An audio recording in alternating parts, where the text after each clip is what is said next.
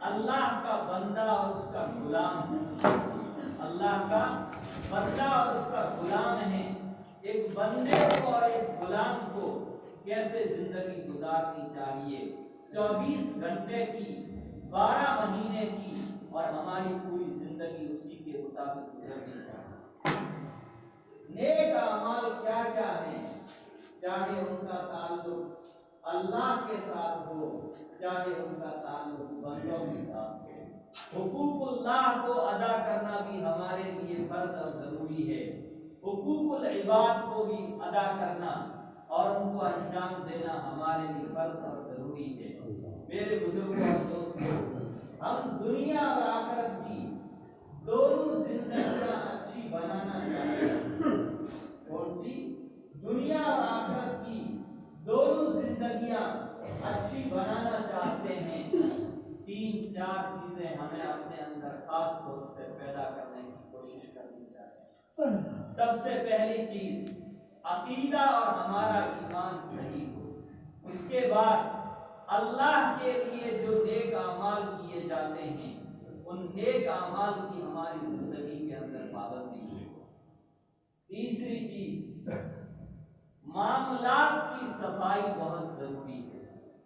اگر ہم اپنے بھائیوں کے ساتھ، رشتہ داروں کے ساتھ، پڑوسیوں کے ساتھ، مسلمانوں کے ساتھ یہ چاہتے ہیں کہ ہمارے تعلقات اچھے رہیں، اور قرآن اور حدیث نے ہم کو تعلقات کو اچھا بنانے کا نماز سے بھی زیادہ حکم دیا۔ اگر ہم یہ چاہتے ہیں ہمارے تعلقات اچھے رہیں، 3 چیزیں بہت ضروری ہیں۔ بندوں کے ساتھ تعلقات کو اچھا بنانے کے لیے ہمیں چند چیزوں کا پابند بننا بہت ضروری ہے۔ ان میں سے 2-3 چیزیں میں آپ کو بتلاتا ہوں۔ پہلی چیز، اگر اپنے تعلق کو آپ ٹھیک رکھنا چاہتے ہیں تو آپ اپنے بھائی، اپنے رشتہ دار، اپنے پڑوسی، مسلم یا غیر مسلم کوئی بھی ہو، اس کے ساتھ کوئی بھی معاملہ کریں، وہ معاملہ ہمارا بالکل صاف اور شفاف ہونا چاہیے۔ دھوکہ نہ ہو، جھوٹ نہ ہو، دغا بازی نہ ہو۔ جو بھی لین دین کریں، جو بھی معاملہ کریں، بالکل صاف اور شفاف ہونا چاہیے۔ وقت بہت کم ہے، ورنہ میں آپ کو مثالیں دیتا کہ ہم لین دین کے اندر کہاں غلطی کرتے ہیں۔ لین دین نے اسلام، لین دین کا، معاملات کا، بیع و شراء کا اسلام نے کیا طریقہ بتلایا ہے، اور ہم کس انداز سے ان معاملات کو انجام دینے کی کوشش کرتے ہیں۔ پہلی چیز، معاملات ہمارے صاف ہونے چاہیے۔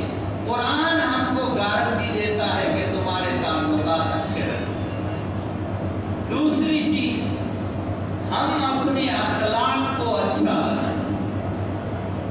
حسن اخلاق، حسن عمل کی طرح اچھے اخلاق اپنے اندر پیدا کرنا بھی بہت ضروری ہے۔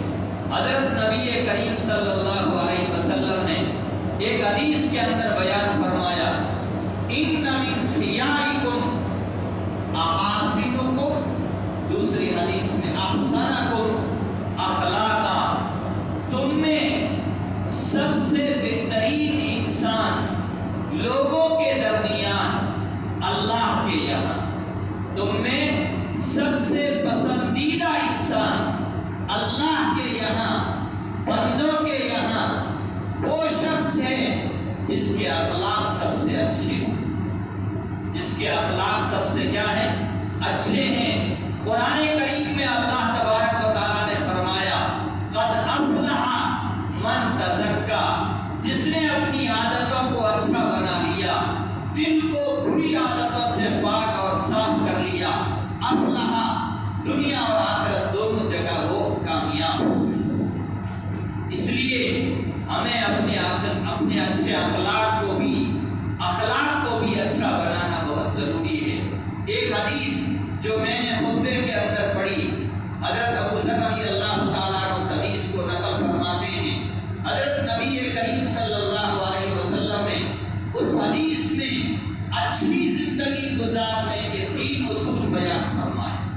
سب سے پہلی چیز بیان فرمائی اتق اللہ حیث ما کنت، اللہ سے ڈرو جہاں پر بھی ہو، اللہ سے ڈرو، مسجد کے اندر ہو تب بھی، گھر کے اندر ہو تب بھی، دن کے اندر ہو تب بھی، رات کے اندر ہو تب بھی، خلوت کے اندر ہو تب بھی، جلوت کے اندر ہو تب بھی، غمی کا موقع ہو، خوشی کا موقع ہو، ہر حال میں اللہ تبارک و تعالیٰ سے ڈرتے رہو۔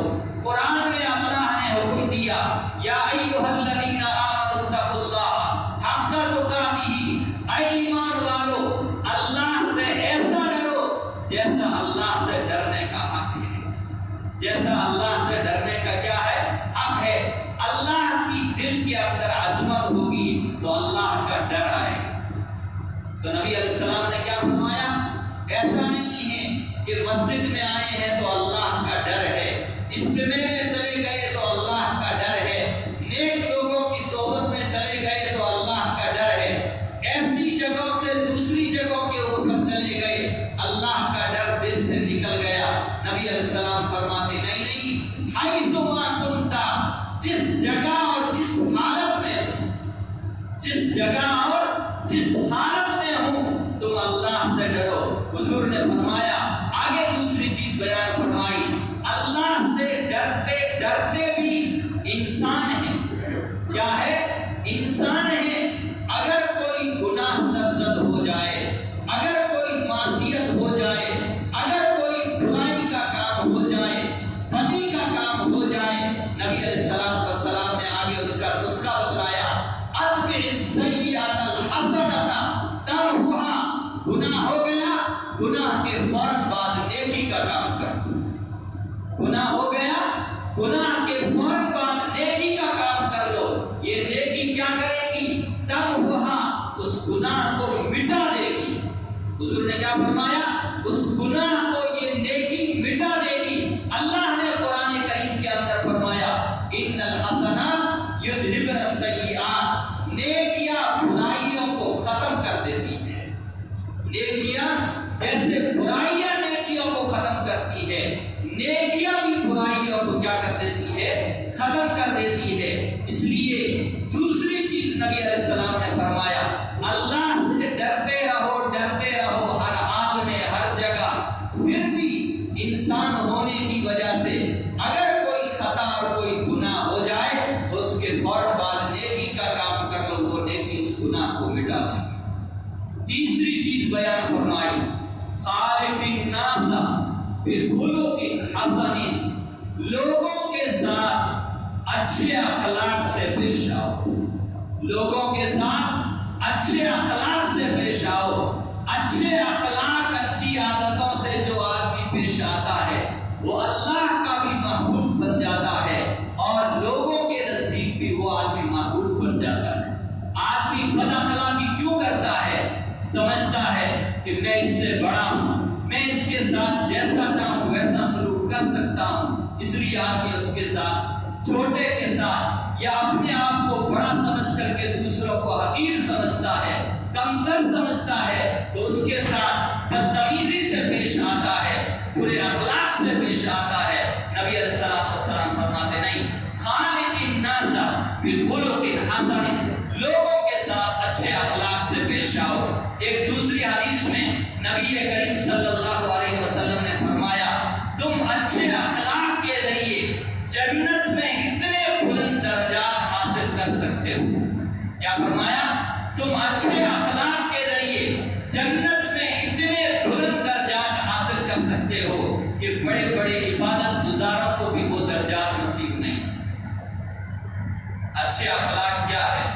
علماء نے لکھا، نبی کریم صلی اللہ علیہ وسلم کی جو عادات تھی، جو اخلاق تھے، وہ اچھے اخلاق تھے۔ قرآن میں بھی جگہ جگہ اچھے اخلاق کا ذکر کیا گیا۔ یہ اچھی عادتیں ہیں، یہ بری عادتیں ہیں۔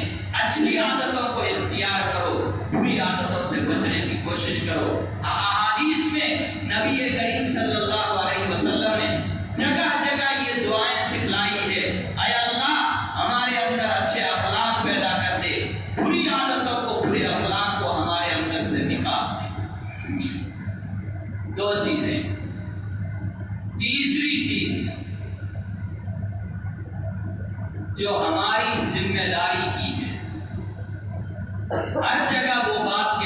کوشش کرتا ہوں،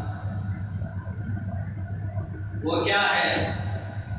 قرآن میں اللہ تبارک و تعالیٰ نے ویسے تو کئی ساری آیتوں کے اندر، لیکن ایک آیت میں خاص طور سے اللہ تبارک و تعالیٰ نے فرمایا وَلْتَكُن مِّنكُمْ أُمَّةٌ يَدْعُونَ إِلَى الْخَيْرِ وَيَأْمُرُونَ بِالْمَعْرُوفِ وَيَنْهَوْنَ عَنِ الْمُنكَرِ۔ اللہ فرماتے ہیں اے مسلمانوں، تم میں ایک جماعت ایسی ہونی چاہیے، وہ جماعت علماء کی ہی ہو ضروری نہیں ہے، وہ علماء دعوت و تبلیغ کے ساتھیوں کی ہو ضروری نہیں ہے، وہ جماعت پڑھے لکھے لوگوں کی ہو ضروری نہیں ہے۔ تم میں ایک جماعت ایسی ہونی چاہیے جو اچھے اور برے کام میں فیصلہ کرنے کی صلاحیت رکھتی ہو۔ یہ اچھے کام ہیں، یہ برے کام ہیں، یہ اچھے اخلاق ہیں، یہ برے اخلاق ہیں، یہ اللہ کو راضی کرنے والے کام ہیں، یہ اللہ کو ناراض کرنے والے کام ہیں۔ وہ جماعت جن میں ان باتوں کی صلاحیت موجود ہے، ہر جگہ، ہر علاقے میں، ہر بستی میں ایسی جماعت ہونی چاہیے۔ کیا کرے؟ یدعون الی الخیر، لوگوں کو بھلائی کی طرف بلائے۔ خاص طور سے کہا، پھر اسی بات کو آگے اور فرمایا یأمرون بالمعروف، وہ جماعت اچھے کاموں کا حکم کرے، ینہون عن المنکر، اور برے کاموں سے روکے۔ کیا کرے؟ اچھے کاموں کا حکم کرے، برے کاموں سے کیا کرے؟ روکے۔ ایسی جماعت تمہارے اندر ہونا ضروری ہے۔ اگر ایسی جماعت ہوگی تو تمہارے گھر کے اندر، تمہارے معاشرے کے اندر، تمہاری سوسائٹی کے اندر اللہ کی طرف سے رحمتیں نازل ہوگی، اللہ کی طرف سے بھلائیاں نازل ہوگی۔ اور اگر ایسی جماعت نہیں ہے تو نبی علیہ الصلوۃ والسلام نے جو وعید بیان فرمائی وہ بھی ہمارے پیش نظر رہنی چاہیے۔ حضرت نبی کریم صلی اللہ علیہ وسلم نے فرمایا لَتَأْمُرُنَّ بِالْمَعْرُوفِ وَلَتَنْهَوْنَ عَنِ الْمُنكَرِ أَوْ لَيُوشِكُنَّ اللَّهُ عَلَيْكُمْ عَذَابًا مِّنْ عِندِهِ۔ تم نیک کاموں کا ضرور بضرور حکم کرتے رہو، برے کاموں سے ضرور بضرور روکتے رہو۔ اگر تم نے نیک کاموں کے حکم کرنے کا عمل چھوڑ دیا، برے کاموں سے روکنے کا عمل چھوڑ دیا، اپنی ذمہ داری نہیں سمجھی، حضور فرماتے انتظار کرو، اللہ کی طرف سے عنقریب تمہارے اوپر عذاب مسلط کر دیا جائے گا۔ یہ ہماری ذمہ داری ہے، اس ذمہ داری کو سمجھنا ضروری ہے۔ آج ماں باپ بھی غافل، قوم کے بڑے لوگ بھی کوتاہی میں، سستی میں مبتلا، ہم اہل علم بھی کوتاہی اور سستی کے اندر مبتلا، گھروں کے اندر، سوسائٹی کے اندر ہر روز نئی نئی برائیاں داخل ہو رہی ہے۔ باپ، بیٹا باپ کے سامنے برائی کر رہا ہے، باپ کو کہنے کی ہمت نہیں ہو رہی ہے۔ عورت شوہر کے سامنے برائیاں کر رہی ہے، شوہر کو کہنے کی ہمت نہیں ہو رہی ہے۔ چھوٹے بھائی بڑے بھائی کے سامنے گناہ کے کاموں میں مبتلا ہو رہے ہیں، بڑے بھائی کہنے کی اپنی ذمہ داری نہیں سمجھتا۔ بزرگوں، ہم اللہ کی رحمت کے مستحق بننا چاہتے ہیں، ہم یہ چاہتے ہیں کہ ہماری زندگی اطمینان اور سکون والی بنے، تو ہمیں اپنے ماتحتوں کو، اپنے جو ماتحت لوگ ہیں، اپنی نگرانی میں جو لوگ ہیں، ان کو ہمیں امر بالمعروف اور نہی عن المنکر کرنا پڑے گا۔ یہ ہماری بہت بڑی ذمہ داری ہے۔ اور آگے کی بات، ہمیں اپنی اولاد کی تعلیم، صحیح تعلیم اور صحیح تربیت کے بارے میں بھی بہت فکر مند ہونے یہ رمضان المبارک کا مہینہ مکمل ہو ہی گیا ہے۔ رمضان کے بعد مدارس بھی شروع ہوں گے، اسکولوں کے امتحان اور پریکشائیں بھی مکمل ہو چکی ہے، اسکولیں بھی شروع ہوگی۔ ماں باپ سے میں اللہ کا واسطہ دے کر کے کہتا ہوں کہ ہم اپنی اولاد کی صحیح تعلیم، صحیح تربیت کا انتظام اگر نہیں کریں گے، قرآن اور حدیث کی روشنی میں ہم ان کے لیے سب سے بڑے ظالم، سب سے بڑے کیا ہیں؟ ظالم ہیں۔ اس لیے ہم اپنی صحیح تعلیم، اپنے بچوں کے لیے صحیح تعلیم اور صحیح تربیت کا انتظام کریں۔ نوجوان ساتھیوں سے میں خاص طور سے کہوں گا،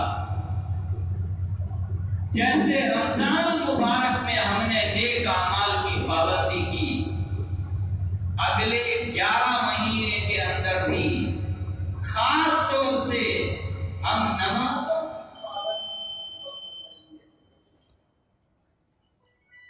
جہاں بھی رہیں، جس حال میں بھی رہیں، مسلمان کے لیے نماز کسی حال میں معاف نہیں ہے۔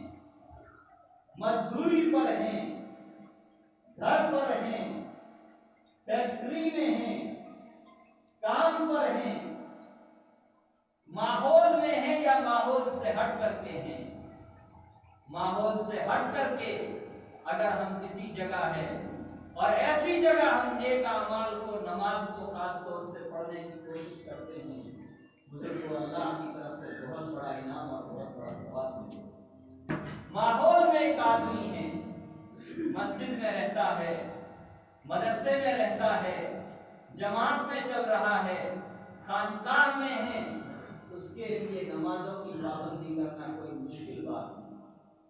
مشکل ان لوگوں کے لیے ہے جو اس ماحول سے ہٹ کر کے دنیا کے تقاضوں میں ہیں، اپنے بیوی بچوں کے تقاضوں میں ہیں، ماں باپ کے حقوق کی ادائیگی کے تقاضوں میں ہیں۔ ایسے حالات میں رہ کر کے آدمی نماز کا وقت ہو، نماز کی پابندی کرے، یہ اجر و ثواب کی بھی چیز ہے اور مسلمان کے لیے بہت بڑے کمال کی بھی بات ہے۔ اس لیے ہم نمازوں کی خاص طور سے پابندی کرنے کی کوشش کریں انشاءاللہ۔ برائیوں سے اپنے آپ کو بچانے کی مکمل کوشش کریں۔ روزانہ کہتے ہیں، آج پھر کہتے ہیں، آخری جمعہ ہے، اللہ کرے ہمارے دل کے کانوں میں وہ بات اتر جائے، دل میں اتر جائے۔ ہمارے نوجوان ساتھی اپنے آپ کو پہلے تو برے ماحول سے بچانے کی پوری کوشش کریں۔ اگر کسی وجہ سے برے ماحول کے اندر چلے گئے تو وہاں کی جو برائیاں، جو خرافات ہیں، ان برائیوں اور ان خرافات سے اپنے آپ کو بچانے کی پوری کوشش کریں۔ اب میں ان برائیوں کا نام نہیں لوں گا، لیکن میں آپ کو خلاصہ بتا دیتا ہوں۔ وہ کام جن کاموں سے اللہ اور اس کے رسول صلی اللہ علیہ وسلم ناراض ہوتے ہیں، یاد رکھیں، وہ کام جن سے اللہ اور اس کے رسول صلی اللہ علیہ وسلم ناراض ہوتے ہیں، وہ کام جس کی وجہ سے ہمارا جسمانی یا ہمارا قلبی نقصان ہوتا ہو، ہماری صحت کا نقصان ہے، ہمارے جسم کا نقصان ہے، ہمارے دل کا نقصان ہے، ایسی برائیوں سے بھی ہمیں اپنے آپ کو بچانے کی کوشش کرنا فرض اور ضروری ہے۔ کیا ہے؟ ہم مال کماتے ہیں، مشقت اور محنت کر کے مال کماتے ہیں، لیکن ہمارا مال ایسی جگہ اور جاتا ہے کہ جس سے نہ ہمارے دین کا کوئی فائدہ، نہ دنیا کا کوئی فائدہ، نہ آخرت کا کوئی فائدہ، نہ گھر کا کوئی فائدہ۔ اس لیے میں آپ حضرات سے بہت ادب کے ساتھ درخواست کرتا ہوں، ایسی برائیاں چاہے چھوٹی ہوں چاہے بڑی ہوں، جس میں ہمارے مال کا نقصان ہے، اگر دین کا نقصان آپ نہیں سوچتے ہیں تو اپنے بدن کا اور دنیا کا تو نقصان سوچیں۔ یہ نقصان، یہ خرابی، اپنی خرابی ہو، اپنے بھائیوں کا نقصان ہو، اپنے رشتہ داروں کا، پڑوسیوں کا یا دوسرے انسانوں کا نقصان ہو، ایسی برائیوں سے ہم اپنے آپ کو بچانے کی کوشش کریں۔ اللہ تبارک و تعالی کہنے اور سننے سے زیادہ ہم سب کو عمل کرنے کی توفیق عطا فرمائے۔ ماہ مبارک میں جو نیک اعمال ہوئے ہیں، اللہ تعالیٰ ان ٹوٹے پھوٹے ہمارے نیک اعمال کو اپنی بارگاہ کے اندر قبولیت عطا فرمائے۔ 1 مئی کے بعد میں سارے مدارس اور آپ کا یہ مدرسہ بھی انشاءاللہ کھل جائے گا۔ ہم اپنے بچوں کو زیادہ سے زیادہ مدارس کے اندر بھیجنے کی کوشش کریں۔ مدارس میں دونوں طرح کی تعلیم کا انتظام ہے، اسکولی تعلیم کا بھی اور دینی تعلیم کا بھی۔ ہمارا بچہ جہاں اسکولی تعلیم سے واقف ہوگا وہیں دین سے بھی واقف ہوگا۔ آج سرکاری اسکولوں کے اندر ہمیں طرح طرح کے لالچ دیے جاتے ہیں، لیکن آپ پڑھنے والے پڑھانے والے لوگوں سے پوچھیں گے، کچھ اسکولوں کو چھوڑ کر کے عام طور سے سرکاری اسکولوں کے اندر اور خاص طور سے جو اسکولیں دیہاتوں کے اندر ہوتی ہے، ان میں کسی جگہ بھی معیاری تعلیم کا کوئی انتظام نہیں ہوتا، اچھا انتظام نہیں ہوتا ہے۔ تو آپ حضرات اپنے اپنے بچوں کو تعلیم کے لیے مدرسوں کے اندر بھیجیں، انشاءاللہ دینی تعلیم بھی ہوگی، دنیاوی تعلیم بھی ہوگی۔ آپ نے زکوٰۃ صدقات کے ذریعے اپنے مدارس کا اور خاص طور سے اس مدرسے کا جس طرح تعاون کیا ہے، حالات ایسے لگ رہے ہیں، ہمارے بزرگ فرما رہے ہیں، حالات اس رخ کے اوپر جا رہے ہیں، جس طرح مال کا چندہ کیا جاتا ہے، اگلے سالوں میں ہو سکتا ہے ہمیں بچوں کا بھی، مدرسے والوں کو بچوں کا بھی چندہ کرنا پڑے، اس لیے کہ مادیت اور دنیا پرستی ہمارے اوپر اتنی غالب آ گئی ہے کہ ہم دینی تعلیم سے اور دین سے بالکل غافل ہوتے جا رہے ہیں۔ اپنے بچوں کو بھیجیں، ان کی صحیح تعلیم، صحیح تربیت کا انتظام کریں۔ آپ بچے کو لے کر کے آئیں، ان کے کاغذات بالکل صحیح لائیں، جو آدھار کارڈ میں ان کا نام ہے اور جو ایک مرتبہ اسکول میں نام درج ہو جائے گا، آگے وہ نام اسی طرح چلتا رہے گا۔ اس لیے سارے کاغذات میں ماں باپ کے آدھار ہوں، بچے کا آدھار ہوں، جن آدھار ہوں، جو بھی کاغذات ہے، ان کاغذات کو آپ صحیح طریقے سے کروانے کی کوشش کریں۔ جب لکھوانے جائیں تو اس وقت میں صحیح نام کیا ہے، صحیح اسپیلنگ کیا ہے، کون سی جگہ کون سا حرف اور کون سی ماترا آنی چاہیے، یہ ساری چیزوں کا خیال رکھ کر کے آپ اپنے بچوں کے کاغذات کو تیار کروائیں، ورنہ آگے چل کر کے اس میں بڑی پریشانی ہوتی ہے۔ پھر اسکولوں والے اور مدرسوں والے کچھ نہیں کر سکتے، جو ٹی سی میں نام آ گیا وہ نام کبھی بدل نہیں سکتا ہے۔ اس لیے بچوں کو لے کر کے آئیں تو ان کے آدھار اور ماں باپ کے آدھار اور ان کے فوٹو لے کر کے آئیں، تاکہ ان کے ایڈمیشن اور ان کے داخلے کی ساری Thanks for watching. Don't forget to like, comment, share and subscribe to Al Wahid channel. زندگی کو بھی اپنی مرضیات کے مطابق